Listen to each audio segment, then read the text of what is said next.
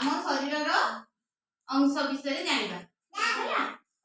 ଏଇଟା କଣ head. Head ମାନେ ମୁଣ୍ଡ। ଫୁଟ୍। ଫୁଟ୍ ମାନେ କଣ ପାଦ। ଇୟର୍। ଇୟର୍ ମାନେ କାନ। ମାଉଥ୍। ମାଉଥ୍ ମାନେ ପାଟି। ଟିଥ୍। ଟିଥ୍ ମାନେ ପାଟି ଭିତରେ କଣ ଅଛି ଦାନ୍ତ ଅଛି। ଦାନ୍ତକୁ କି କୁହାଯାଏ ଇଂଲିଶରେ ଟିଥ୍। ଆଉ କଣ ଅଛି ଜିଭ। ଆଉ ଓଠ। ଓଠକୁ ଇଂଲିଶରେ କଣ କୁହନ୍ତି ଲିପ୍। ଏଇଟା ଆଖିକୁ କଣ କୁହନ୍ତି ଆଇ। ଏଇଟା କଣ ମାଉଥ୍ ରେ ଆମେ କଣ କରି ଖାଦ୍ୟ ଖାଉଛୁ। ଆଉ ଏଇଟା ନୋଜ୍। ନୋଜ୍ ମାନେ ନାକ। ଲେଗ୍। ଲେଗ୍ ମାନେ ଗୋଡ଼। ଏଇଟା ଆର୍ମ ମାନେ